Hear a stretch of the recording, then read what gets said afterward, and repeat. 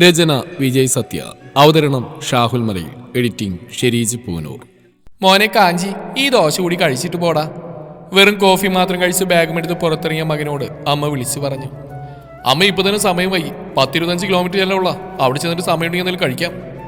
ഈശ്വര, കുരുത്തക്കേടൊന്നും ഉണ്ടാക്കാതെ സംയമനത്തോടെ ജോലി ചെയ്യാനുള്ളൊരു മനസ്സ് അവന് നീ നൽകണേ. ആ അമ്മ ഈശ്വരനോട് അങ്ങനെ പ്രാർത്ഥിച്ചു.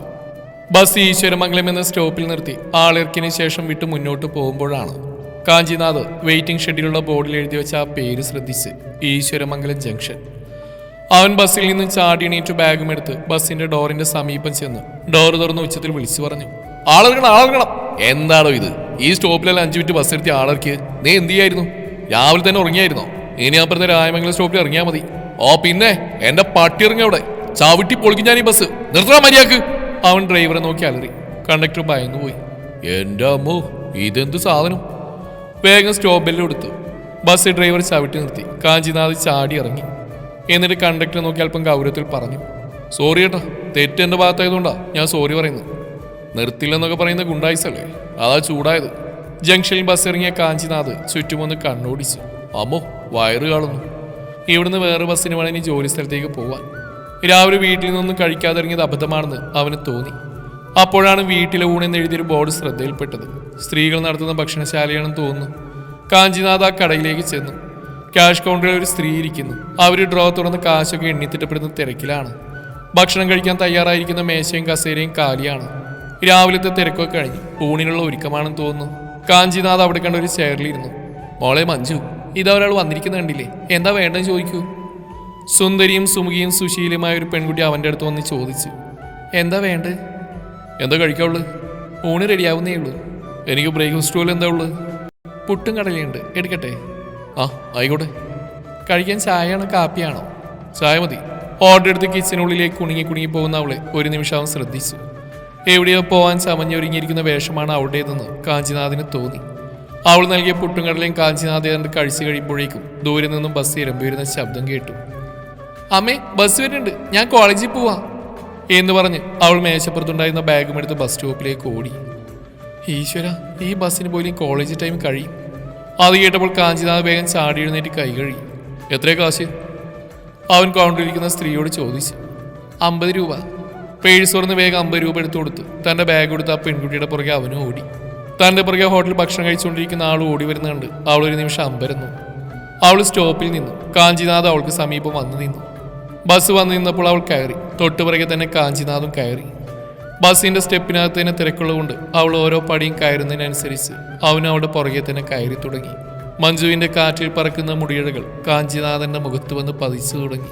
തന്റെ പുറകെ മുട്ടിയുരുമി കയറി വരുന്ന അവനെ അവൾ പിന്നിലേക്ക് നോക്കി ഒരു നിമിഷം ശ്രദ്ധിച്ചു. കാഞ്ചിനാഥ് ചിരിച്ചു കാണിച്ചു. ആൾക്കാർ സ്റ്റെപ്പിൽ നിന്ന് മുകളിലേക്ക് കയറിയപ്പോൾ അവളും അല്പം മുകളിൽ കയറി കമ്പിയിൽ തൂങ്ങി നിന്നു. അറിയാതെയാണെങ്കിലും തൊട്ട് സമീപം അവളോട് ചേർന്ന് തന്നെ കാഞ്ചിനാഥും വന്ന് നിന്നു. ഇതെന്ത് കുരിശ്! രാവിലെ തന്നെ തൻ്റെ പുറകെ കൂടിയിരിക്കുന്നത്. തൻ്റെ ആയുധം എടുക്കണോ? അവൾ ഒരു നിമിഷം ആലോചിച്ചു. വേണ്ട, സുന്ദരനും സുമുഖനുമാണ്. ഹോട്ടലിൽ ഭക്ഷണം കഴിക്കാൻ വന്നിരുന്നപ്പോൾ തന്നെ ആ മുഖം കണ്ട് വല്ലാത്തൊരു ആകർഷണം തോന്നിയിരുന്നു.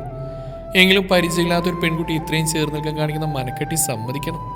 അവൾ തൻ്റെ വലത് കൈ താഴ്ത്തിയിട്ട് തൻ്റെ അരക്കെട്ടിൽ അമർന്നിരിക്കുന്ന അവൻ്റെ തുടയിലൊരു നുള്ളു വെച്ചു കൊടുത്തു. അയ്യോ അമ്മേ! കാഞ്ചിനാഥ് അറിയാതെ നിലവിളിച്ചു പോയി. തുടയുടെ മുൻവശം മുഴുവൻ മർമ്മമാണല്ലോ. നല്ല വേദന കിട്ടി. മർമ്മത്തിന് വേദനിക്കുമ്പോൾ മനുഷ്യൻ മൃഗത്തെ പോലെയാണ്. അറിയാതെ തന്നെ തിരിച്ച് പ്രതികരിക്കും. അവനും ദേഷ്യത്തിൽ അവളുടെ നിതംബത്തിൽ പിടിച്ച് നുള്ളു വെച്ചു കൊടുത്ത് ആരും കണ്ടില്ല. പക്ഷെ അവൾക്ക് മനസ്സിലായി അത്രയ്ക്കും വേദനിച്ചിട്ടുണ്ടാവുമെന്ന്. അവൾ വായപൊത്തി പിടിച്ചിരിച്ചു. അത് കിട്ടിയപ്പോൾ അവന് ഡിസ്റ്റൻസ് ഇട്ട് നിന്നു. അപ്പൊ ഇതിൻ്റെ ഒരു കുറവുണ്ടായിരുന്നു. അവൾ മനസ്സിൽ പറഞ്ഞ് അവനെ നോക്കി. അവൻ കണ്ണു ചിമ്മെന്ന് ചിരിച്ചു കാണിച്ചു. ബസ് കോളേജ് സ്റ്റോപ്പിലെത്തി. കുട്ടികളൊക്കെ ഇറങ്ങുന്ന കൂട്ടത്തിൽ അവളും ഇറങ്ങി. കൂടെ തന്നെ അയാളും ഇറങ്ങി. അവൾക്ക് അത്ഭുതമായി. അവൾ കോളേജ് ഗേറ്റ് കിടന്ന് അകത്തേക്ക് കയറി. ഇമാതിരി പൂവാനന്മാർക്ക് ഇവിടം വരെ പ്രവേശനമുള്ളൂ. ഇങ്ങനെയുള്ളവർക്ക് ഇതിനപ്പുറം പ്രവേശനം ഉണ്ടാവില്ല. അവൾ അങ്ങനെ ആശ്വസിച്ച് കോളേജിലേക്ക് നടക്കവേ അയാൾ കോളേജ് ഗേറ്റ് കിടന്ന് തന്നെ പിന്നാലെ വരുന്നു. ഈശ്വര, ഇത് മഹാകുരിശാവോ? അവൾ വേഗം കോളേജ് കെട്ടിടത്തിൽ പ്രവേശിച്ചു. സ്റ്റെപ്പ് കയറും വരെ തന്നെ തൊട്ടുപിറകുണ്ടായിരുന്ന അയാളെ പിന്നെ കണ്ടില്ല. അവൾ ക്ലാസ് റൂമിന്റെ വാതിൽക്കിലെത്തി. എടി മഞ്ജു, നീ എന്തടി വൈകിയേ? കൂട്ടുകാരി സ്വപ്ന ചോദിച്ചു. ഹോട്ടലിൽ നല്ല തിരക്കായിരുന്നു, അത് തന്നെ യശോദാവസ്ഥ മിസ്സായി. പിന്നെ ഈ ലാസ്റ്റുള്ള മെഹബൂബ് തന്നെ ചേരണം. അതും പറഞ്ഞ അവൾ സ്വപ്നയുടെ സമീപം വന്നിരുന്നു. അല്ലേലും ഇപ്പം നേരത്തെ വന്നിട്ട് എന്തിനാ? അതെന്താണ് മഞ്ജു നീ അങ്ങനെ പറഞ്ഞേ? അതിന് കുറേ നാളായിട്ട് മൈക്രോബയോളജിയുടെ ഈ പീരീഡ് മാഷില്ലല്ലോ. അത് ശരിയാ, സാർ ടീച്ചർ പ്രഗ്നന്റ് ആയി പോയി പിന്നെ മൈക്രോബയോളജിയുടെ കാര്യം പോക്കാ. അവരങ്ങനെ സംസാരിച്ചിരിക്കെ ക്ലാസ് റൂമിലേക്ക് ഒരാൾ കടന്നു വന്നു. മഞ്ജു അയാളെ കണ്ട് ഞെട്ടിപ്പോയി. തങ്ങളുടെ ഹോട്ടലിൽ നിന്ന് താൻ കൊടുത്ത ഭക്ഷണം കഴിച്ച് താൻ കയറിയ ബസ്സിൽ വന്ന് തൻ്റെ കൂടെ മുട്ടിച്ചേർന്ന് നിന്നപ്പോൾ താൻ നുള്ളുകൊടുത്ത അതേ ആൾ. അയ്യോ, കോളേജ് സാറായിരുന്നു ഇയാള്. താൻ കരുതി പോവാനാണെന്ന്. കുട്ടികളെല്ലാവരും എഴുന്നേറ്റ് വിഷ് ചെയ്തു. Morning sir. Good morning. Kanchinath കുട്ടികൾക്ക് പ്രത്യഭിവാദ്യം ചെയ്തു. കുട്ടികളെല്ലാവരും ഇരുന്നപ്പോൾ ക്ലാസ് റൂമിൽ വല്ലാത്ത നിശബ്ദത അനുഭവപ്പെട്ടു. അവൾക്ക് ചിരി നിയന്ത്രിക്കാൻ കഴിഞ്ഞില്ല. അവൾ പൊട്ടിച്ചിരിച്ചു പോയി. നിശബ്ദമായ അന്തരീക്ഷത്തിൽ അവളുടെ ചിരി കേട്ട് എല്ലാവരും അന്തം വിട്ടു. എന്താ മഞ്ജു, വട്ടായോ? കുട്ടികളടക്കം ചോദിച്ചു. മഞ്ജു വായപൊത്തി പിടിച്ചു, ചിരി അടക്കി. അപ്പോഴാണ് കാഞ്ചിനാഥ് മറ്റു കുട്ടികളുടെ കൂട്ടത്തിലിരിക്കുന്ന മഞ്ജുവിനെ ശ്രദ്ധിക്കുന്നത്. അവൻ അവളെ നോക്കി പുഞ്ചിരിച്ചു. ശേഷം തുടർന്നു. സ്റ്റുഡൻസ്, ഞാൻ നിങ്ങളുടെ മൈക്രോബയോളജി ടീച്ചറാണ്. ഇവിടെ മുമ്പുണ്ടായിരുന്ന സാർ ടീച്ചർക്ക് പകരമായിട്ട് വന്നതാണ്. ഓക്കെ സാർ, പിള്ളേരൊക്കെ തലകുരുക്കി പറഞ്ഞു. സാർ ടീച്ചർ നിർത്തിയെടുത്ത് നിന്ന് കാഞ്ചിനാഥ് ലെസൺ ആരംഭിച്ചു തുടങ്ങി. പീരിയഡ് ബ്രേക്കിൽ ബെല്ല് മുഴങ്ങിയപ്പോൾ കാഞ്ചിനാഥ് സ്റ്റാഫ് റൂമിലേക്ക് പോയി. എന്ത് നല്ല ക്ലാസ് അല്ലേ? ശരിയാ, 1 മണിക്കൂർ പോയത് അറിഞ്ഞില്ല. എത്ര മനോഹരമായിട്ടുള്ള ഗാംഭീര്യമുള്ള ശബ്ദം. ഇനി പുസ്തകം വായിക്കാതെ പുള്ളി പറയുന്നിട്ട് പഠിക്കാം. അത്രക്കുണ്ട് ഗ്രാഹ്യ വിവരണം. പെൺകുട്ടികൾ പലരും പലതും പറഞ്ഞ് പുതുതായി വന്ന മാഷിനെ പുകഴ്ത്തുന്ന കണ്ടപ്പോൾ മഞ്ജുവിന് ദേഷ്യം തോന്നി. താനാണ് മാഷിനെ ആദ്യം കണ്ടത്. താനാണ് ആദ്യം ഇഷ്ടപ്പെട്ടത്. തൻ്റെ കൈ കൊണ്ട് കൊടുത്ത ഭക്ഷണമാണ് മാഷ് ആദ്യം കഴിച്ചത്. പക്ഷെ ഒരു സംശയം, താനാണോ മാഷ് ആദ്യം സ്പർശിച്ചത്? ഏയ് അല്ല, ആദ്യം തന്നെ ചേർന്ന് നിന്ന മാഷാണ്. നുള്ളു കൊടുത്തപ്പോൾ തിരിച്ചു കിട്ടിയെന്നുള്ളിൽ പുളകം കൊണ്ട് താനാണ്. കുസൃതിയോട് അങ്ങനെ ഓരോന്നോർത്ത് സമയം പോയത് അറിഞ്ഞില്ല. കാഞ്ചിനാഥ് മാഷയുടെ രസകരമായ ക്ലാസും സാമീപ്യവും കൊണ്ട് കുട്ടികൾ ഉത്സാഹത്തോടെ ആ സബ്ജക്റ്റ് പഠിക്കാൻ തുടങ്ങി. മാഷയുടെ സ്മാർട്ട്നെസ്സും കുട്ടികളെ കയ്യിലെടുക്കാനുള്ള ബിരുദവും പഠിപ്പിക്കാനുള്ള ശേഷിയും കോളേജിലും സ്റ്റാഫ് റൂമിലും ഒരുപോലെ ചർച്ചാ വിഷയമായി. സാർ ടീച്ചറിന് പകരം കാഞ്ചിനാഥ് മാഷ് ഏർപ്പെടുത്തിയ പ്രിൻസിപ്പളിനും സന്തോഷം പകരുന്നതായിരുന്നു ആ വർത്തമാനം. മഞ്ജുവിന് പിന്നെ ഓരോ ദിവസം കോളേജിൽ പോകാൻ ഉത്സാഹമായിരുന്നു. മറ്റു കുട്ടികൾക്കില്ലാത്തൊരു പ്രത്യേക സ്നേഹബന്ധം മഞ്ജുവിന് കാഞ്ചിനാഥ് സാറിനോട് ഉണ്ടായി. കോളേജ് ക്യാമ്പസുകളുടെ ഇടനാഴിയിൽ അവൾ സംശയം ചോദിച്ചുകൊണ്ട് കാഞ്ചിനാഥിനെ സമീപിക്കുന്നത് പതിവായി. കാഞ്ചിനാഥ് തന്റെ കയ്യിലുള്ള ടെക്സ്റ്റ് വിടർത്തി നോട്ട് പറഞ്ഞു കൊടുക്കുമ്പോൾ അവളൊരു പരിധിയിലധികം ചേർന്ന് നിന്നുകൊണ്ട് തന്റെ സ്നേഹം അവനെ അറിയിച്ചു.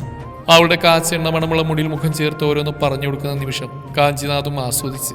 ഒരു ദിവസം മൈക്രോബയോളജി ലാബിൽ അവളെ തനിച്ചിട്ടിയപ്പോൾ അവൾ ചേർന്ന് നിന്ന് സംശയം ചോദിക്കുന്ന നിമിഷം കാഞ്ചിനാഥ് അറിയാതെ അവൾ പുൽകിപ്പോയി. അവൾ ആ നിമിഷം കൊതിച്ചതാണ്. നിനക്ക് എന്നോട് എന്താണ് വേണ്ടേ? സാറിന് എന്താ എന്നോട്? എനിക്ക് നിന്നോട് ഇതാണ്. അവൻ അവൾ ഒന്നുകൂടി ചേർത്ത് പിടിച്ച് അതിരത്തിൽ ചുംബിച്ചു. അവൾ അതും ആസ്വദിച്ചു. എത്ര നേരം അങ്ങനെ പോയെന്നറിയില്ല. മാഷ് എനിക്ക് ഇഷ്ടമാണ്. എനിക്കും നിന്നെ ഒരുപാട് ഇഷ്ടമാണ് മഞ്ജു. നിനക്കറിയാലോ, ഞാൻ താൽക്കാലികമായിട്ട് വന്നൊരു മാഷ് മാത്രമാണ്. ഈ ആനുവൽ അവസാനം ആകുമ്പോഴേക്കും സാർ ടീച്ചർ പ്രസവാവധി കഴിഞ്ഞ് ക്ലാസ്സിൽ കയറും. അപ്പോൾ പോകാനുള്ളവനാ ഈ കാഞ്ചിനാഥ്. പിന്നെ ജോലി പഴയതുപോലെ തേരാപാര നടക്കേണ്ടി വരും. അതൊന്നും സാരമില്ല. എനിക്ക് ആശാറിനെ വലിയ ഇഷ്ടമാണ്. അത്രേ എനിക്കറിയൂ. ഒന്നുകൂടി അവൾ അയാളെ കെട്ടിപ്പിടിച്ചു. ആരോ നടന്നു വരുന്ന ഒച്ച കേട്ടപ്പോൾ ഇരുവരും അകന്നു നിന്നു. മാസങ്ങൾ കടന്നു. കാഞ്ചിനാഥും മഞ്ജുവും തമ്മിലുള്ള പ്രണയം നാൾക്ക് നാൾ വളർന്നു വന്നു. കോളേജ് വർഷാവസാനമായപ്പോൾ സാർ ടീച്ചർ ജോലിയിൽ പ്രവേശിക്കാൻ വന്നു. എന്നാൽ സാർ ടീച്ചർക്ക് ബോട്ടണി പഠിപ്പിക്കാനാണ് ഏറെ ഇഷ്ടമെന്ന് പറഞ്ഞപ്പോൾ പ്രിൻസിപ്പൾ അവർ ആ വിഷയം കൈകാര്യം ചെയ്യാൻ ഏൽപ്പിക്കുകയും കാഞ്ചിനാഥിനെ സ്ഥിരമായി മൈക്രോബയോളജി ലെക്ചറായിട്ട് നിയമിക്കുകയും ചെയ്തു. ഇതിനിടെ കാശിനാഥിൻ്റെയും മഞ്ജുവിൻ്റെയും പ്രണയവല്യരികൾ പൂത്തു തളുത്തുകൊണ്ടിരുന്നു.